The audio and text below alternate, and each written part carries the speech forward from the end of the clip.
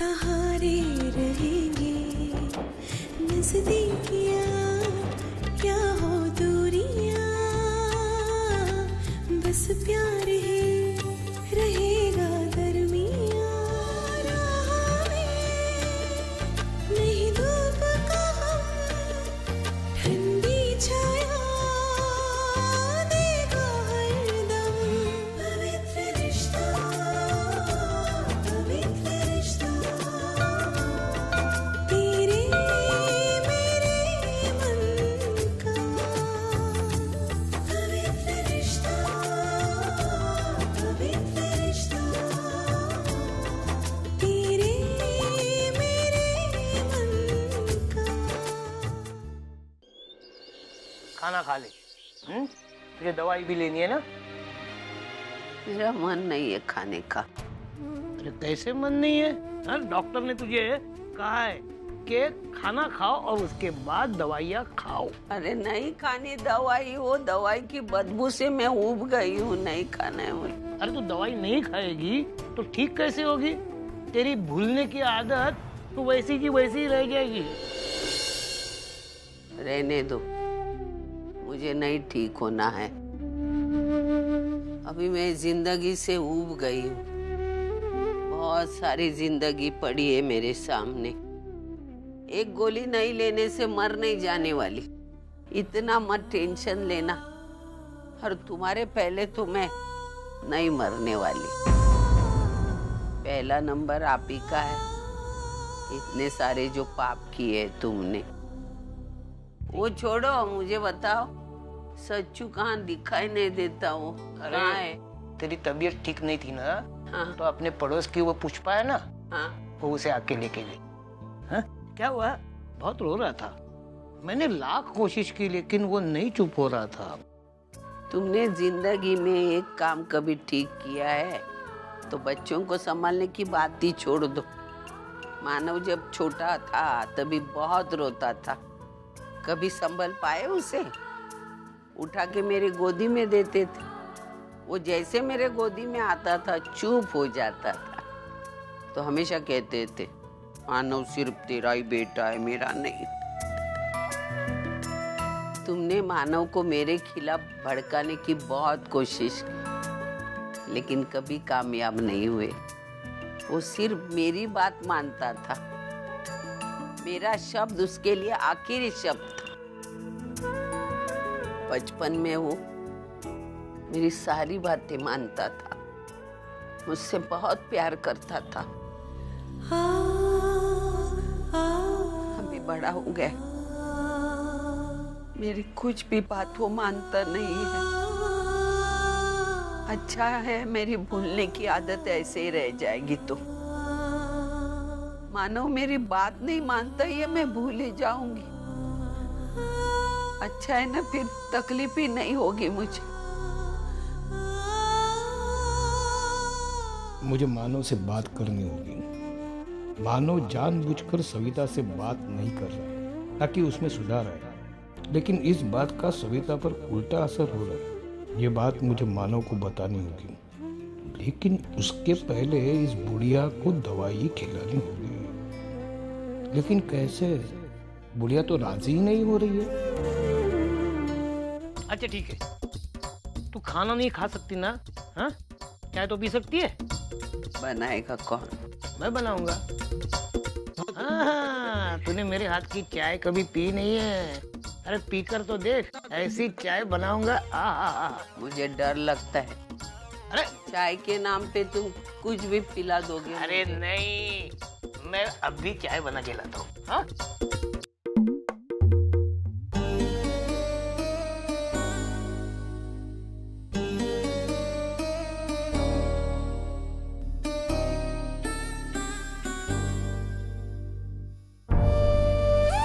चलो, आपकी चाय तैयार है, ये लो।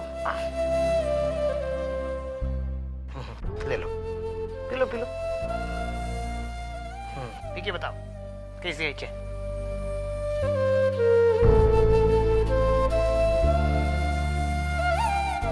क्या हुआ? ऐसा मुंह क्यों बना रही हो? अच्छी नहीं? कहते हैं चाय बनाने वाले के हाथ का स्वाद चाय में उतरता है। चाय ठीक बनी है, लेकिन तुम्हारी कड़वाहट इसमें उतर गई। चाय पत्ती ज्यादा हो गई। नहीं नहीं, लेकिन कड़वी हो या मीठी हो, तुझे चाय तो पूरी पीनी ही पड़ेगी। चल पी पी पी।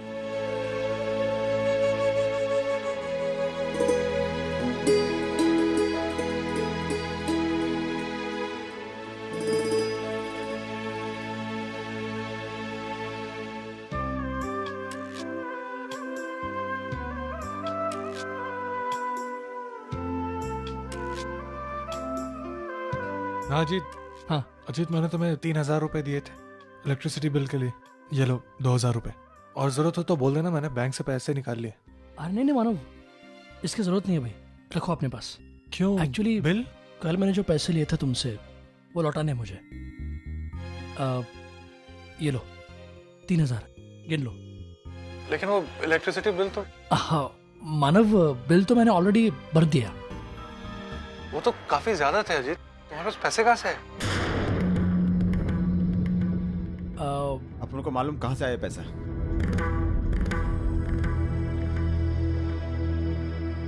कहाँ से? दादा ने फिर से जुआ खेलना जो शुरू कर दिया है। क्यों, ठीक कहा ना? क्या ये सच कह रहा है अजीत? अरे अरे नहीं नहीं मानव, शिबू तुला फटके देना था मैं। किसकी बातों में आ रहा है तू भी? अब तूने कब देखा बे मुझे जुआ खेलते हुए? साला अपन को देखने की जरूरत है क्या? वो तुम्हारे अमीर दोस्त है ना, उनको रोज देखता है अपन। तुमको कहाँ ले जाते हैं, क्या करते हैं? खुद तो 1 नंबर के जुआरी हैं और इनको बनाने में लगे हैं। किन दोस्तों के बारे में बात कर रहा है अजीत? अब मानव, अब कुछ पुराने दोस्त हैं कॉलेज वॉलेज के। कभी कभी मुलाकात हो जाती है उनसे, तो उनके साथ कैसीनो वगैरह चला जाता हूँ कभी कभी। लेकिन मैं जुआ नहीं खेलता, आई शपथ, खरच। मैं ताश को हाथ भी नहीं लगा था। फिर ये पैसे कहाँ से?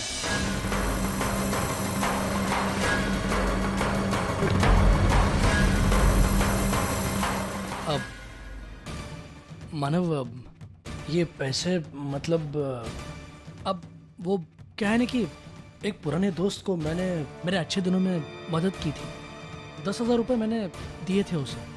मैं तो भूल गया, लेकिन कल उसकी अचानक से मुलाकात हो गई रास्ते में। उसने पूरा पैसा सूद समेत वापस कर दिया। तुम सच कह रहे हो? हो बाबा, बिल्कुल सही कह रहा हूँ। देखो अजीत, बहुत मुश्किल से तुम उस दलदल से बच के निकले हो।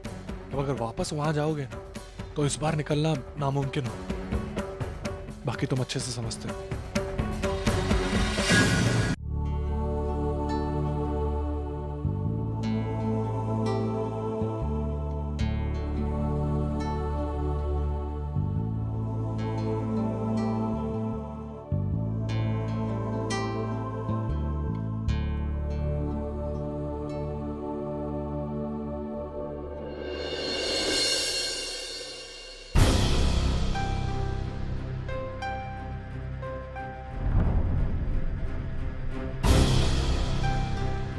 सलमा, देख तो। अरे सुलभा, एक अपनी सविता ताई आई है। हाँ। अरे सविता ताई, कैसी हैं आप? आप बैठिए सविता ताई, मैं आपके लिए चाय लेके आती हूँ। नहीं चाहिए चाय। सविता ताई, आप कुछ सोच रही हो क्या? तुझसे क्या मतलब? हाँ? नहीं, आप अचानक ऐसे यहाँ चली आई, और जब से आई है तब से कुछ बोल भी नहीं रही है, इसलिए पूछा। कुछ काम था क्या? मतलब कुछ चाहिए क्या? मेरा दिमाग मत चाटा। मैंने कहा ना, मुझे तुझसे कोई काम नहीं है। तू जा। मैं कहाँ जाऊँ? तेरा अपना घर नहीं है क्या? अरे ताई, ये मेरा तो घर है, आप मेरे घर आई हो। ए, पागल समझती है क्या मुझे? अभी मैं मजाक करने के मूड में नहीं हूँ। एक बार कह दिया ना, कुछ काम नहीं है, तू जा अपने घर जा। अरे ताई, मजाक तो आप कर रही हो, देखो आप अपनेपन से आई हो, अपना समझकर यहाँ आई हो, मुझे खुशी है, लेकिन आप तो बकवास क्या कर रही है? अपना समझ कर आई इसीलिए तो मेरे घर में आई हूँ, और मेरे घर में तू मेरा स्वागत करेगी क्या? वाह भाई, ये हमारा घर है, आपका घर वहाँ है, बाजू वाली खोली। अरे क्या बकवास कर रही है? ये मेरा घर क्या लगा रखा है तूने? हाँ? ये मेरा घर हड़प करने की इच्छा है क्या? तेरे सोच में कोई खोट लगती है मुझे। ये घर मेरा है, ये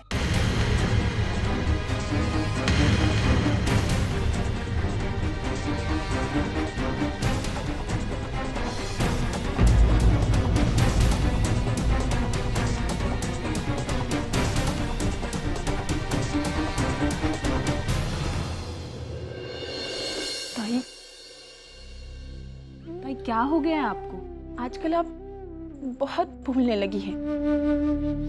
ताई मेरी मानो, अपनी बहू और बेटे को घर वापस बुला लो। उनके यहाँ आने से आपकी देखभाल भी हो जाएगी और आराम भी हो जाएगा। ताई, और मैं आपको छोड़ दूं।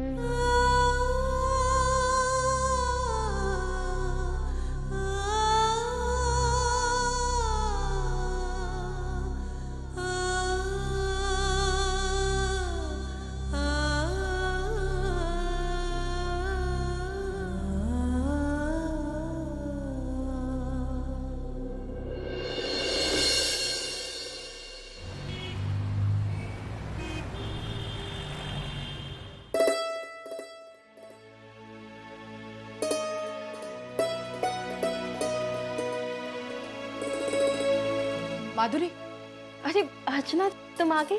कितना टाइम लगा दिया तुमने आने में? मैं कब से तुम्हारा वेट कर रही थी। हाँ वो थोड़ा ट्रैफिक था। ये सब छोड़ो, मुझे बताओ तुमने इतनी जल्दी में यहाँ क्यों बुलाया मुझे? वो अर्चना, मुझे तुम्हें ये बताना था कि आप दोनों में से माधुरी कौन है?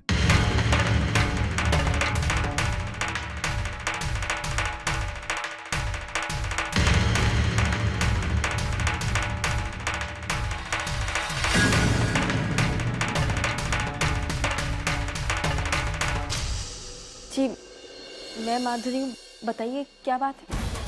आपको हमारे साथ पुलिस स्टेशन चलना होगा।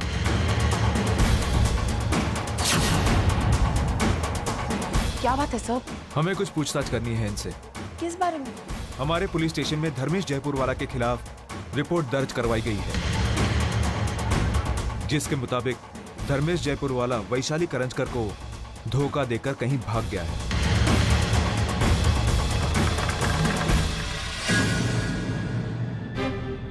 लेकिन इंस्पेक्टर साहब, ये कंप्लेन लिखवाई किसने? खुद वैशाली करंजकर, उसकी बहन मिसेस वर्षा और जीजा सतीश ने। फ्रॉड केस है ये। 400 BC का इल्जाम लगाया है उस पर। शायद धर्मेश को इस बात का पता था कि ऐसा ही कुछ होने वाला है, इसलिए वो हमसे बचकर कहीं रफू चक्कर हो गया है वो। आप उसे पकड़ने में हमारी मदद कीजिए।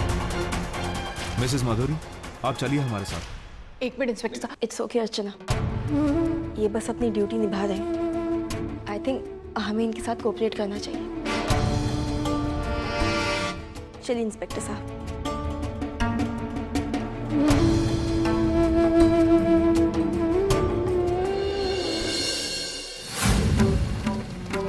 लेकिन वैशु, तो अब करना क्या चाहती है? मैं धर्मेश को पुलिस स्टेशन ले जाऊंगी और उस पर फ्रॉड केस फाइल करूंगी। मैं उसे जेल भिजवा के रहूंगी। इतना बड़ा कदम उठाने से पहले वैशु ने एक बार भी मुझसे या मानव से पूछना जरूरी नहीं समझा। मुझे मानव से बात करनी होगी।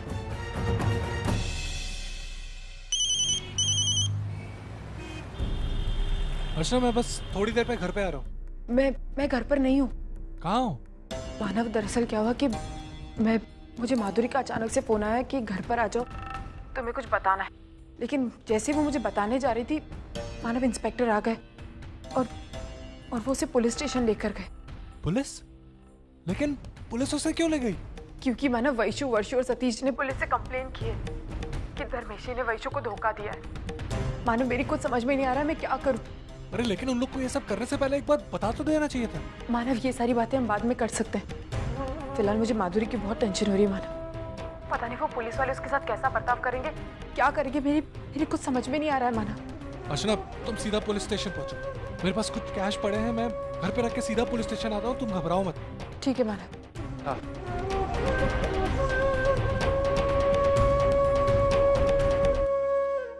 पागल हो गई हो तुम दोनों, दिमाग घूम गया है तुम्हारा। बिना कुछ सोचे समझे सीधे पुलिस स्टेशन में जाकर धर्मेश के आगे तुमने कंप्लेंट दर्ज कराई। अरे कम से कम एक बार हमसे पूछ तो लिया होता।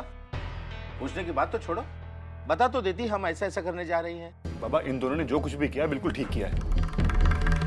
धर्मेश ने वैशु के साथ धोखा किया, उसकी जिंदगी बर्बाद कर दी और वो ऐसे ही सिर उठाकर बाहर घूम रहा है। ये हमें बर्दाश्त नहीं है। अगर आज ये दोनों पुलिस में कंप्लेन नहीं करती तो कल मैं जाकर पुलिस में कंप्लेन करता। मैं उसे सुकून से जीने नहीं दूंगा।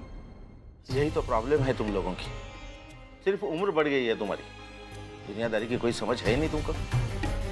अरे मैं भी मानता हूँ कि धर्मेश को इस बात की सजा मिलनी चाहिए, जरूर मिलनी चाहिए, लेकिन इसके लिए इतना बड़ा तमाशा खड़ा करने की क्या जरूरत है।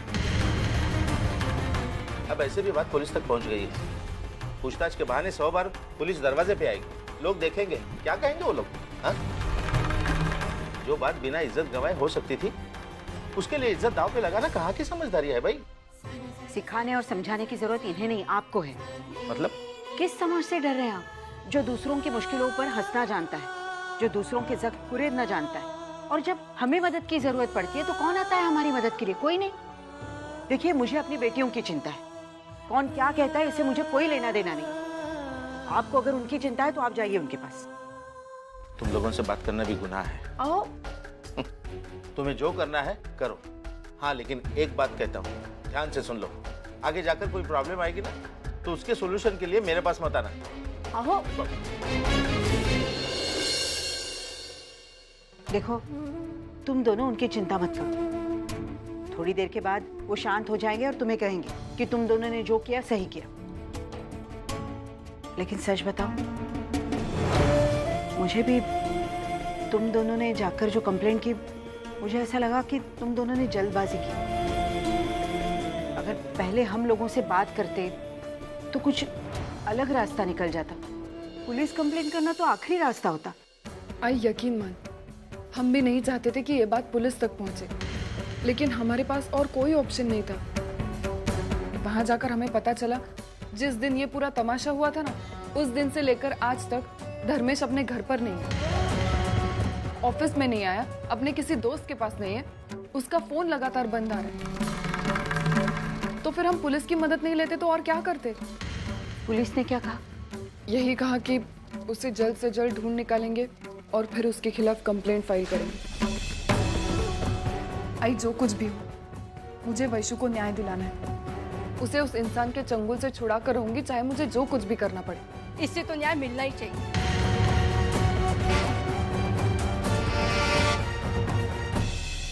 आई, जो कुछ भी हो, मुझे वैशु को न्याय दिलाना है। उसे उस इंसान के चंगुल से छुड़ा कर रहूंगी, चाहे मुझे जो कुछ भी करना पड़े। इससे तो न्याय मिलना ही चाहिए।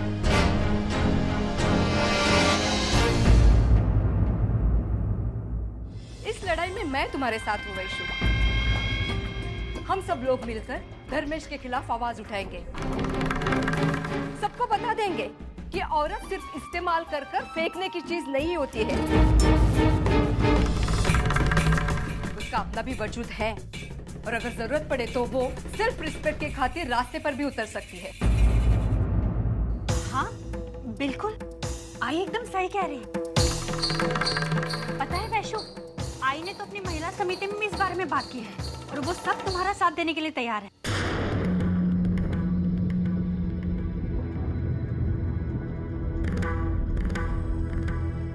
काकी थैंक्स, बट आपको मेरे बारे में इतना सोचने की कोई ज़रूरत नहीं है। मतलब यही कि ये मेरा निजी मामला है और मैं इसका पब्लिक इशू नहीं करना चाहती।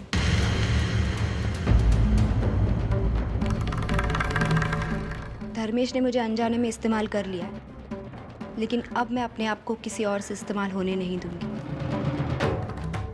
और वैसे भी आप ये सब मेरे आत्मसम्मान के लिए कर रही है या आप बहुत अच्छे से जानती हैं। इसीलिए प्लीज़ आप इस मामले में ना बोले तो ही बेहतर रहेगा, आपके लिए भी और मेरे लिए। ठीक है, ऐसी विश। मैं तो तुम्हें सिर्फ मदद करना चाहती थी, लेकिन अगर तुम्हें मेरी मदद से एलर्जी है तो तुम्हारी मर्जी, तो तुम और तुम्हारी किस्मत।